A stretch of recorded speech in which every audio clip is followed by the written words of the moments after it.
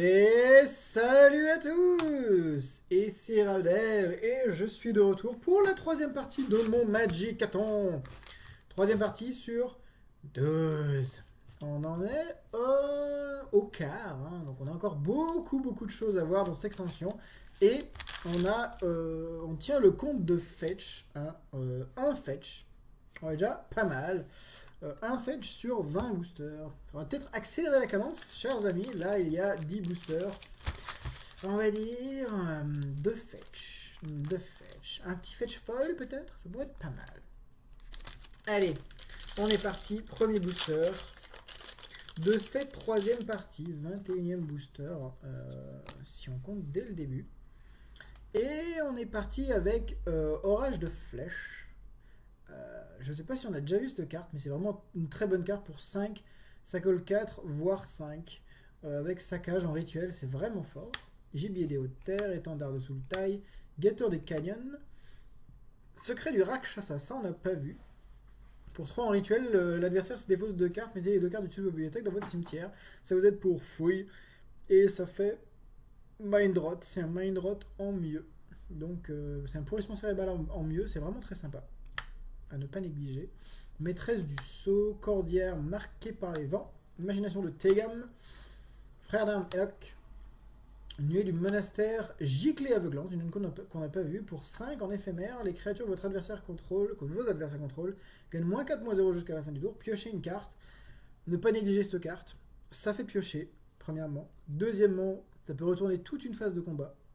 Donc c'est vraiment excellent, giclée aveuglante. Vraiment à essayer, hein. Ça paye pas de mine, mais c'est bon. Braver la furie des sables. Un tombeau du dragon esprit. Oui, je n'aime pas cette carte. Mais la dernière fois, j'ai eu un fetch derrière. Et là, hop, ah, ce n'est pas un fetch. C'est une mythique quand même. C'est une hydre cagoularde pour 2 verts et X. La créature, donc elle arrive avec X marqueurs plus 1. Quand elle meurt, vous mettez autant de marqueurs, autant de créatures 1 serpent que de plus 1 qu'elle a sur elle. Et elle peut être jouée en mu, démuée. Et quand elle est démuée, elle a 5 marqueurs plus 1, ce qui est vraiment très bon. Hydre cagoularde, très bon. Ouais. Excusez-moi. On a par contre, si elle se fait tuer pendant qu'elle est muée, vous avez un peu la mort. C'est très. Faut faire gaffe quand même avec Hydre Cagoula. Mais c'est fort. Excusez-moi. Waouh. Ah là là. Ouais. Ah, très fort. Deuxième booster. C'est reparti. Il faudrait pas que je perde ma voix. Hein. On est parti sur ce deuxième booster. Ça commence par nourrir le clan. Barrage de rocher, frère d'armes, Crewman, je crois pas qu'on ait vu, excusez-moi, je crois pas qu'on ait vu cette commune déjà. Une 5-3 pour 5, mu démé pour 5, c'est un peu faiblard. C'est un peu faiblard, ça fait pas grand chose. Donc ça comblera un deck si vous n'avez pas beaucoup de créatures. Naturalisation, rôdeur des sommets, guide Abzan, élève Jeskai, land érodé, tissage du destin, au fait de résistance. Devenir immense, monte de haute cime, témoin des âges, et une salve des dunes, encore une vrat, ma 5e. On a déjà vu, c'était la première carte qu'on a ouverte de cette extension d'ailleurs. Salve des dunes, et c'est ma 5e. Mon dieu. Donnez-moi les cartes que j'ai pas, par exemple des fêtes, je sais pas, des cartes voilà, que j'ai pas. Ça pourrait être pas mal. Je demande pas grand chose pourtant. De voir de nouveaux horizons. On est parti avec sonnerie de trompe, retour obéissant, gardien de l'arbre parent, étendard de Mardou, ancêtre désavoué, coup de pied imparable, adepte du tourbillon, busard sage, falaise des eaux vives, machination de Tegum, à la recherche de l'horizon, une carte qu'on n'a pas encore vue. Pour 4 en rituel, cherchez dans votre bibliothèque jusqu'à 3 cartes de terrain de base. 3 cartes. Waouh.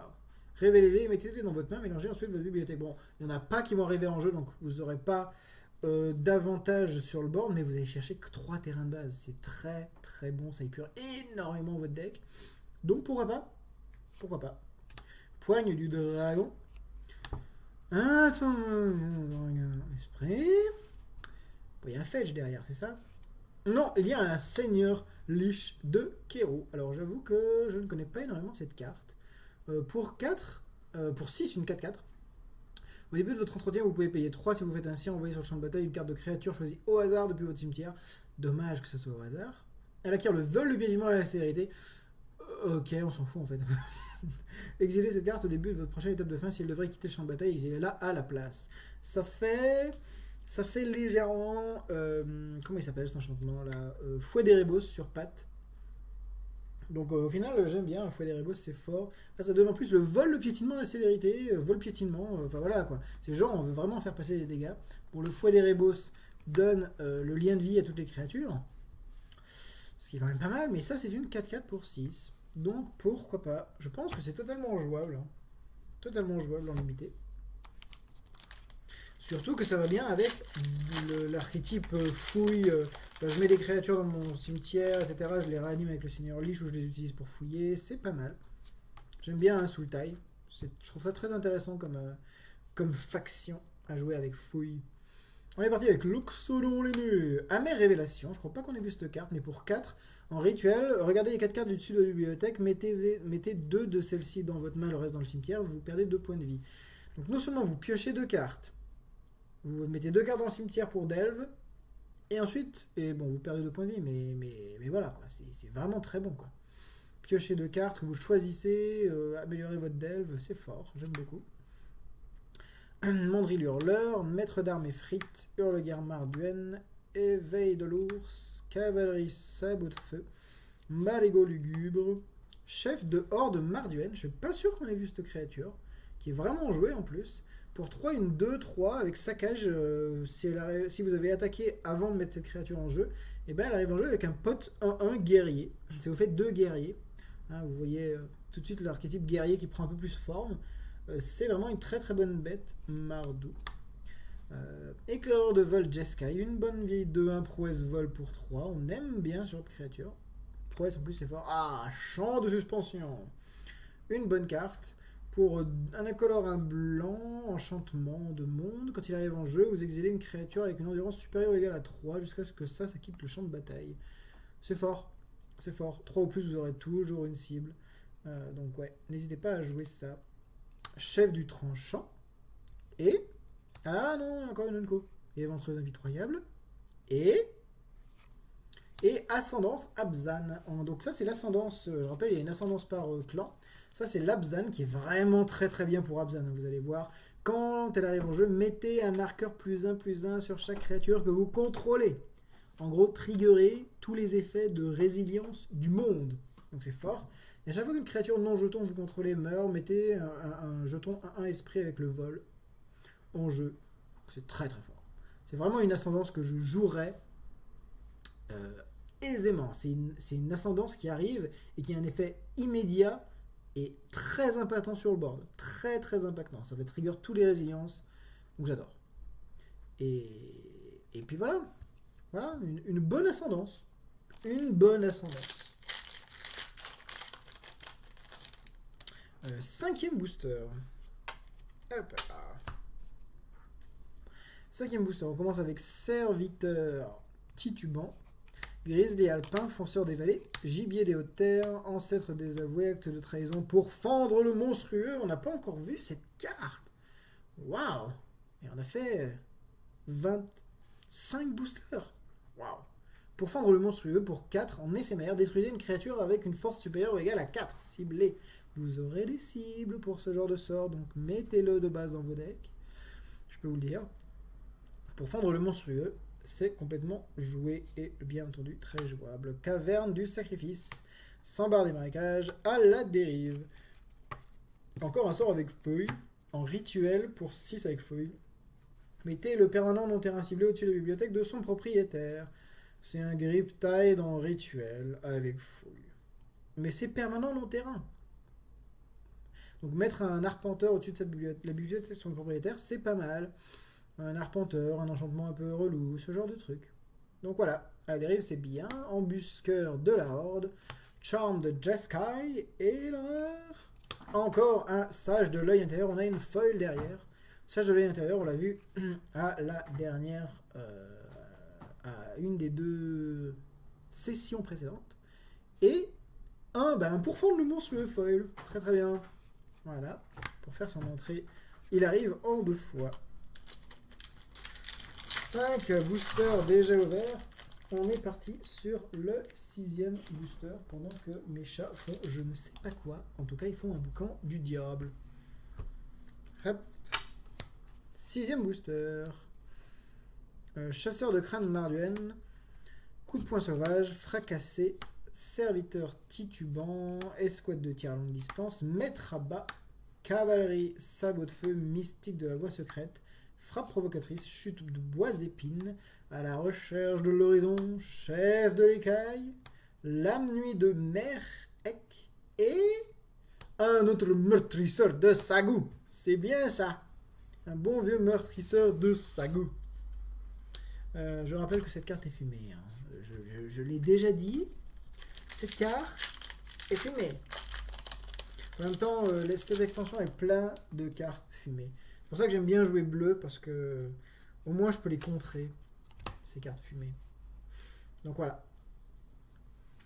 Chasseur de crâne Marduenne, c'est le 7e booster. Chasseur de crâne Marduenne, Colossodon à défense, retour obéissant, Tracker Enoch, étendard de Jeskai, devin des fumerolles, lentille de clairvoyance, qu'on n'a pas encore vu après 26 boosters. Un artefact pour 1, vous pouvez regarder la carte du dessus de vos bibliothèques et les créatures face cachée que vous ne contrôlez pas. Ce qui est bien. Ce qui est plutôt pas mal. Je pense que ça peut se jouer, par exemple, contre Témur, ouais, contre quelqu'un qui joue beaucoup de mu. Je pense que ça peut se sider, ça peut faire un bon tour, hein, c'est pas si pire. Ça peut se faire. Adepte du tourbillon, c'est une forme de contrôle en fait, c'est surtout ça. Adepte de tourbillon, art du siège, cordillère marquée par les vœux, vive lance du monastère, une créature qu'on n'a pas vue, une 1-2 célérité prouesse pour 1. Fort, fort. 1-2 célérité pour 1 déjà. Et après ça, prouesse, c'est très fort, j'aime beaucoup. Avant-poste nomade, un trilan de Mardou, invocation de l'arbre parent, et un instigateur de moquerie. Une créature que vous apprendrez à... Enfin, contre laquelle vous apprendrez à faire attention. Pour 2, une 2-1 mue qui se démue pour 3 et qui fait en gros acte de trahison quand elle se démue. Donc c'est fort, acte de trahison, sur patte. Acte de trahison, on rappelle, hein. Prenez contrôle d'une créature jusqu'à la fin du tour, dégagez-la, elle acquiert la célérité. Voilà, voilà.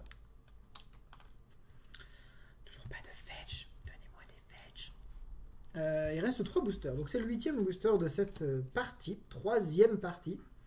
Et on est reparti avec un étendard de Mardou, un rituel du serpent à fracasser, un étendard absent, une chevaucheuse des cornèges, on en a vu une je crois en première partie, très fort, toujours très fort, ça n'a pas changé.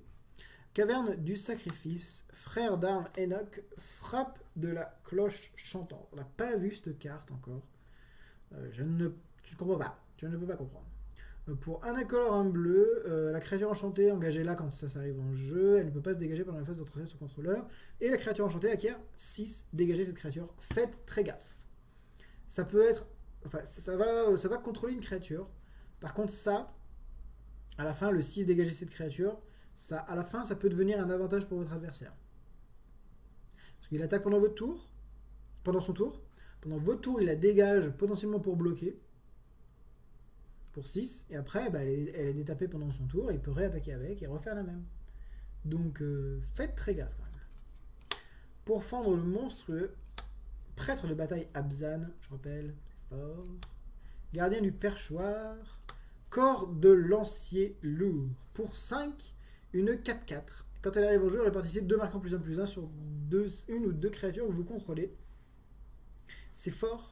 C'est très fort, c'est dans les couleurs Abzan, ça trigger tous les effets de résilience. C'est très fort, c'est très très très fort. Et au pire, c'est une 6-6 pour 5, donc c'est fort. Ouais, jouez les corps de lancier lourd, vous verrez comme c'est lourd. Et un rhinocéros de siège. On finit Abzan en force. Alors ça risque d'être joué, ça. Pour 4, une 4-5 piétinement. Quand elle arrive sur le champ de bataille, chaque adversaire perd 3. Vous gagnez 3 points de vie. C'est fort. Très très fort. Pour seulement 4. Rhinocéros de siège, ça me fait penser à... ça me fait vraiment penser à Thragtusk. Thragcorn.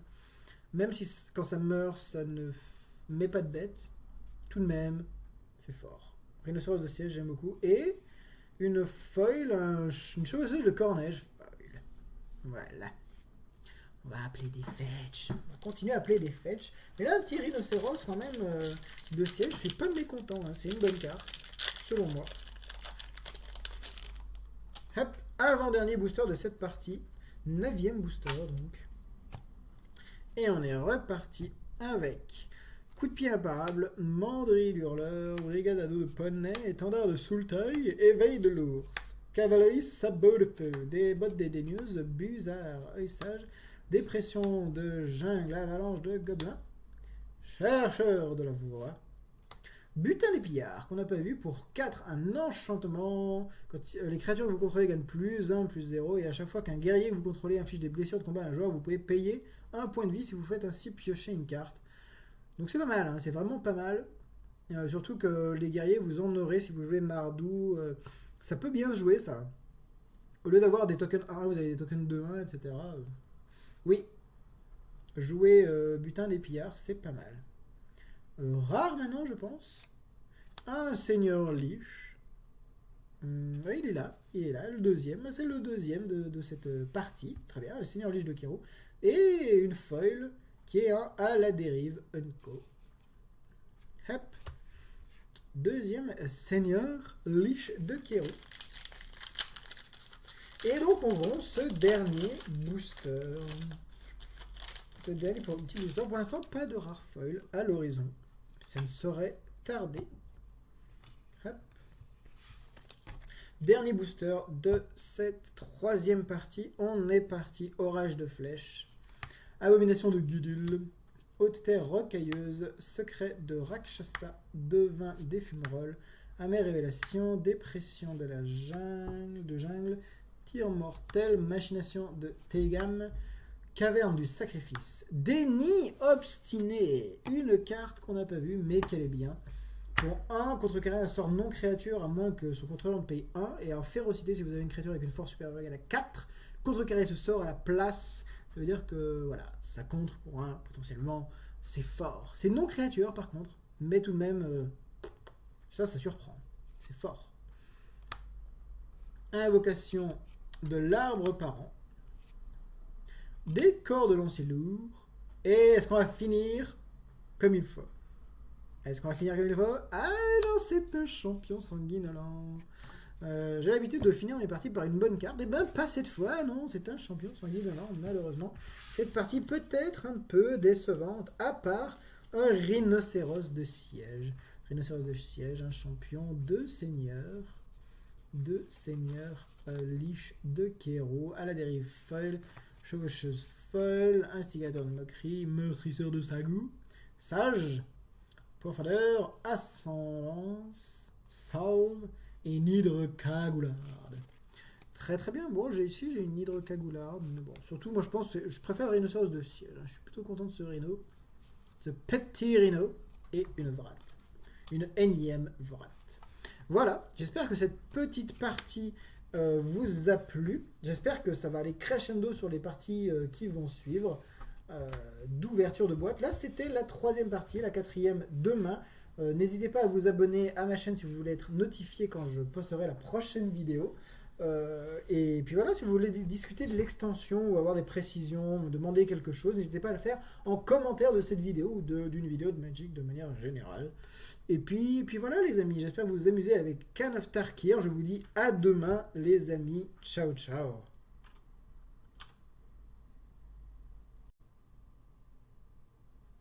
Et salut à tous, ici Ravdel et je suis de retour pour la troisième partie de mon Magic-a-thon. Troisième partie sur 12. On en est au quart, hein. Donc on a encore beaucoup de choses à voir dans cette extension. Et on tient le compte de fetch, hein, un fetch, on est déjà pas mal. Un fetch sur 20 boosters. On va peut-être accélérer la cadence, chers amis. Là, il y a 10 boosters. On va dire 2 fetch. 2 fetch. Un petit fetch foil, peut-être? Ça pourrait être pas mal. Allez, on est parti. Premier booster de cette troisième partie. 21e booster, si on compte dès le début. Et on est parti avec Orage de Flèches. Je ne sais pas si on a déjà vu cette carte, mais c'est vraiment une très bonne carte pour 5. Ça colle 4, voire 5. Avec saccage en rituel, c'est vraiment fort.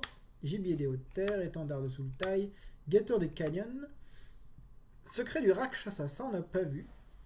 Pour 3 en rituel, l'adversaire se défausse 2 cartes, mettez les 2 cartes du type de bibliothèque dans votre cimetière. Ça vous aide pour fouille. Et ça fait Mind Rot, c'est un Mind Rot en mieux. Donc c'est un pourrissement cérébral en mieux, c'est vraiment très sympa.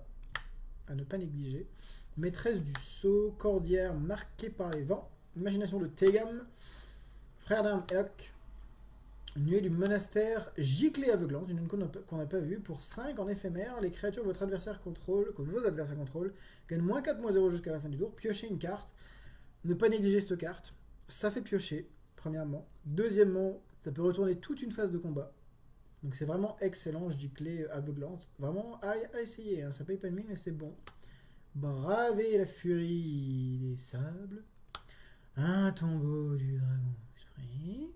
Oui, je n'aime pas cette carte. Mais la dernière fois, j'ai eu un fetch derrière. Et là, hop, ah, ce n'est pas un fetch. C'est une mythique quand même. C'est une hydre cagoularde pour 2 verts et X.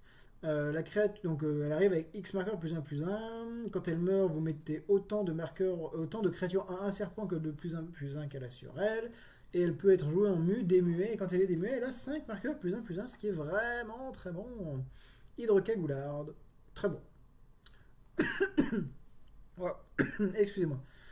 On a par contre, si elle se fait tuer pendant qu'elle est muée, vous avez un peu la mort. C'est très faut faire gaffe quand même avec Hydre Cagoula. Mais c'est fort. Excusez-moi. Waouh. Ah là là. Ouais. Ah, très très. Deuxième booster. C'est reparti. Il faudrait pas que je perde ma voix.